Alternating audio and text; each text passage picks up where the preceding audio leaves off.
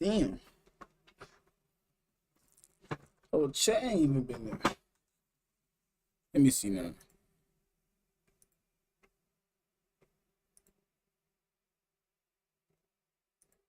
All that shift leader, you need to go with other shift leaders. Y'all need the team bond. Y'all need to talk about. Hey man, fuck that. I don't want to hang with them pussy ass niggas for no reason. Cause them niggas don't keep it in the streets or they don't keep it in the grease. And that's my problem with y'all. Y'all ain't built like me, man. Shift leader, this shit in my veins. Nigga mad at me cause he got an 83 on his restaurant grade. Bitch, I got a 99.9. And the only reason I got that. All that. Shift leader, you need to go with other shift leaders. Y'all need the team bond. Y'all need to talk about, hey man, fuck that. I don't want to hang with them pussy ass niggas for no reason. Cause them niggas don't keep it in the streets or they don't keep it in the grease.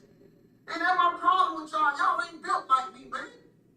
Shift leader, this shit in my veins. Nigga mad at me cause he got an 83 on his restaurant grade. Bitch, I got a 99.9. And the only reason I got that because they can't give me 100. But you know I kept it 100. They talking about something. I would have got a 99 too if I did some of the shit she'll make him do. Oh, you a snitching ass, pussy ass nigga. I start asking questions. Oh, yeah, she'll be the slam his employees on the grease tray. He got them shave the fries. He got them get his own fries and grease from a different country. He going out sourcing. Hey, man, what kind of nigga is you? Hating that niggas. So now they got my restaurant on the investigation. I say, hey, man, you might as well kill that shit. Cause what you see is what you get. I ain't snitching back on a nigga. I don't know nothing. I don't know what I'm doing in his store. Now they trying to get me for a RICO charge. I'm making people go do acts that they don't want to do. Motherfucker, I ain't told nobody to go shoot up that Burger King. I might have suggested it, but if the nigga All right, don't say do that, less. he on his own fucking own. I said, man, goddamn, children keep playing with me at Burger King. I wouldn't be mad if that motherfucker get shot. All that. Shift leader, you need to go with other shift leaders. Y'all need the team. Shit like that, he down. But see, now niggas, hey, I can't even handle being like we used to 5, 6 years ago. Cause now everybody want to talk and put everybody on social media. I had to buy one of my young workers. They would put on Facebook, yeah, hit a link and shift leader.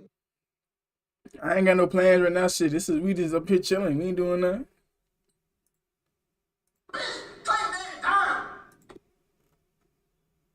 Sometimes family and business just don't motherfucking mix. I tried to give my nephew a shot. You know, my brother coming to me telling me, hey, yeah, man, he just need a chance. He a real hard worker. You a motherfucking lie. Them boy ain't shit. He was on strike 2 on his first motherfucking day. Damn. The nigga just don't move with urgency. He ain't got no fucking dignity about himself. I just had enough. I stuck that nigga head between that deep freezer and shut that motherfucker cold. He just dropped to the floor. My brother come up to the job. Hey, show me how did you do that to your nephew? Man, he ain't shit to me. He don't mean nothing to me. He doped up and doped up all the fucking time. On the balance, on the Zans, on the fucking lean, walking on the floor. That's how he was on that shit. How the fuck? Oh, you slow? You gotta pull up your goddamn pants? Hey, Bert, man. They keep walking on me. Hey, uncle. Bitch, when we on the clock, ain't no uncle to you, nigga. I'm shit please. But I want to show favoritism or some shit like that. And like, shit, he might be dead. 60 plus people is crazy. And he pulled that hot grease on his ass. He got up. I said, bitch, clock out. Go home. You terminated. He's like, damn, uncle. Bitch, don't call me uncle. Motherfucker, you look harder than me all them fucking drugs you doing. I'm around here looking like the nephew compared to your old Morgan Freeman in the face looking ass. Just getting with shot. Don't know if I get dropped. It's a motherfucking family. Sometimes family. On tonight after police say he allegedly pistol whipped and beat an employee who was late to work. Hello, I'm Stephanie Skurlock. Greg is on tonight. WREG's Jessica Knox joins us live with more on this story. On tonight after police say he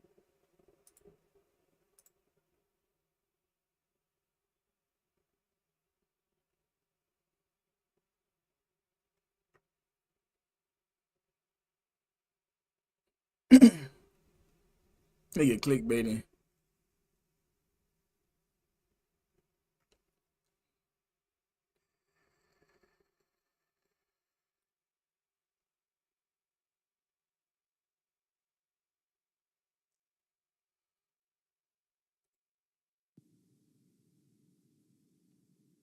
The fuck is this nigga talking about?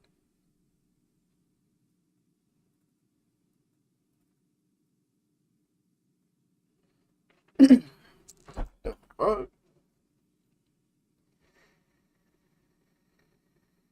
She's not here. She's not here. She's not here. She's not here. No.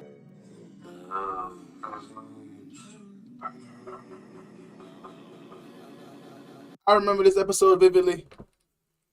I remember this episode. It is scary. Don't get me wrong. It's creepy as a kid.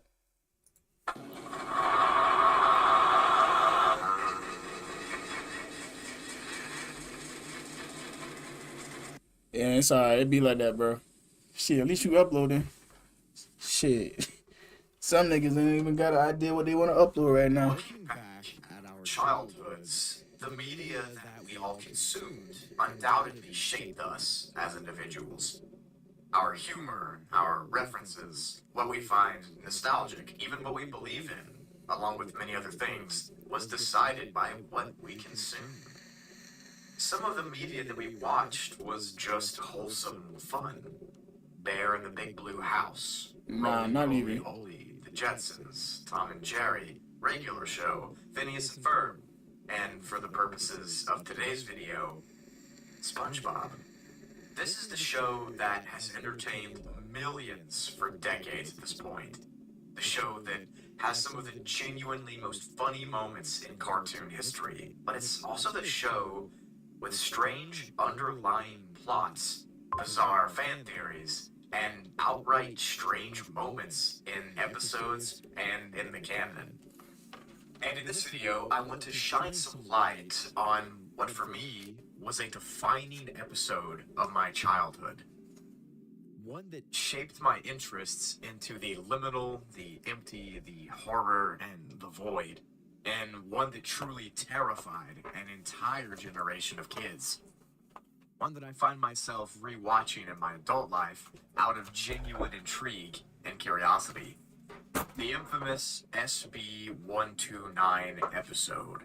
And in this video, I will be taking a retrospective look at this installment of SpongeBob, going over the sheer uncanniness and bizarreness that it entails, as well as diving into some theories and speculations, and even some psychological weight that this episode carries, as I believe that it is probably the most terrifying episode of SpongeBob. There are a few other ones, but this one takes the cake. So if that sounds something that you would be interested in or that you might find intriguing, grab a big bucket of popcorn, maybe some M&Ms to put inside of it if you're feeling lucky, and a cold Dr. Pepper. And without further ado, let's overanalyze some SpongeBob, shall we? So for bookkeeping's sake, I will be splitting this video up into 3 parts. The first part will be a brief rundown and synopsis and overview of the plot, its details, and that kind of thing. The second part will be the deep dive into the breakdown of the episode, the implications, the theories, the reception of the audience, and just generally, I'm going to be going full MatPat mode on it, pretty much. I'm going to be examining everything. And the third and final part will be me explaining why I enjoy this episode so much and how I think it relates to our generation as a whole. Anyways, let's go. Was he chatting about anything for real? Probably On not. December 31st of 1999, the final SpongeBob episode before the turn of the century was released, SB129.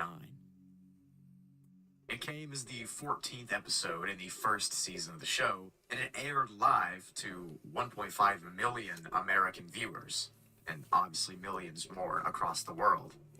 I also want everyone to know that while making this video, I had the episode pulled up on my TV and was watching it over and over. That doesn't add anything to the video.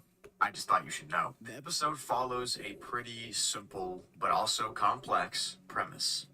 It opens up with a unique title card and strange, spacey sci-fi vibes, and it begins on a beautiful morning in Bikini Bottom. The episode follows Squidward, who, in typical fashion, wants to practice his clarinet, but SpongeBob and Patrick, his neighbors, continue to annoy him. They ask Squidward repeatedly, "Do you want to go jellyfishing?" over and over and over again, driving Squidward to being angry. In an effort to escape these annoying people, Squidward goes to the Krusty Krab because it is Sunday and the Krusty Krab is not open on Sundays. Hoping he'll finally be alone, he begins to play his clarinet, but then SpongeBob and Patrick come to the Krusty Krab looking for him. He runs to the back of the Krusty Krab and gets in the freezer to hide from SpongeBob, and this actually works. He completely evades SpongeBob and Patrick. The only problem is, he locks himself in the freezer. Once he realizes the door is indeed locked, he sits and waits for somebody to come looking for him. However, help does not come for 2,000 years. Then we God. have a title card that says 2,000 years later, and a completely frozen Squidward falls out of the freezer room.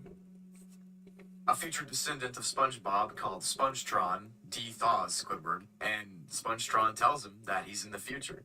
Squidward notices that everything is chrome and everything is futuristic, and he freaks out and he wants to go back home, and he asks Spongetron if there's a time machine, which there is. Once inside the time machine, Squidward pulls down the lever to the past section, which is a little vague, and this vagueness will send him all the way back to the primordial sea.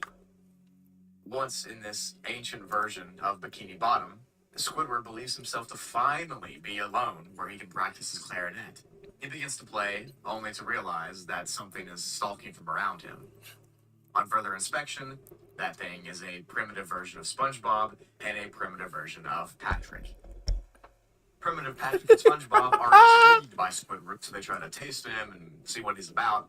And in doing this, a jellyfish flies by, and Squidward notices that the SpongeBob and Patrick are terrified of it. Shocked and confused, Squidward then creates a net and shows SpongeBob and Patrick that you're supposed to catch the jellyfish, not be scared of them. He makes nets for each of them, and that distracts them for a while so he can finally play his clarinet. The second he begins to play, the noise from the clarinets makes SpongeBob and Patrick angry, and they chase him back into the time machine. At this point, Squidward is freaked out and just wants to go home. He screams, he's crying, he's beating on the side of the thing, so he makes the time machine lever go up and down over and over, eventually breaking the lever. This sends him inside the time machine, hurling through time and space and emptiness. Squidward is then teleported to a place called Nowhere, which essentially is an empty white void that stretches out for infinity. Even though he's slightly freaked out at first, he also acknowledges that he's finally alone and can play his clarinet. But the second he realizes this, he hears a disembodied voice saying the word alone. Alone continues to echo from random locations and becomes more and more unbearable for Squidward. Eventually, he loses his mind and he runs around trying to find an exit from Nowhere, frantically trying to stomp on the ground. He keeps saying he wants to go home, he wants to go home. Eventually, he stomps through the ground of Nowhere, back into the time machine, and he breaks down crying and begging to go back to Bikini Bottom, even saying that he misses SpongeBob and his house. After he says that, he's teleported back to Con Street, with SpongeBob and Patrick just standing there in present time. He's very happy to be back. He even said that he missed SpongeBob. His happiness fades when SpongeBob and Patrick once again ask him to go jellyfishing, and then he snaps and yells, "Who's the barnacle head that invented that game anyway?" Then as the episode fades out, SpongeBob says, "You did, Squidward." And Squidward realizes that by teaching the primitive versions of SpongeBob and Patrick how to catch jellyfish, he created his own hell. And the final words of the episode are Squidward saying, "I'm going back," perhaps in a feeble attempt to stop himself from inventing jellyfishing. So yeah, that was the little summary of the episode for those of you who skipped forward because you already knew it, or for those of you continuing to watch. Now, I want to get into my personal breakdown of the episode and see what I'm tired.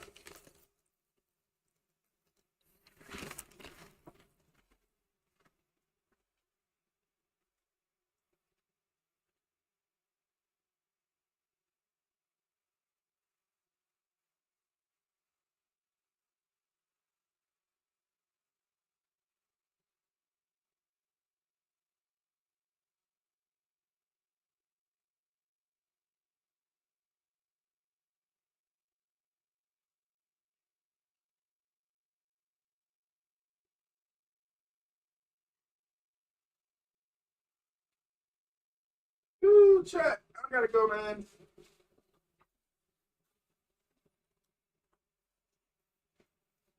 I gotta go, chat.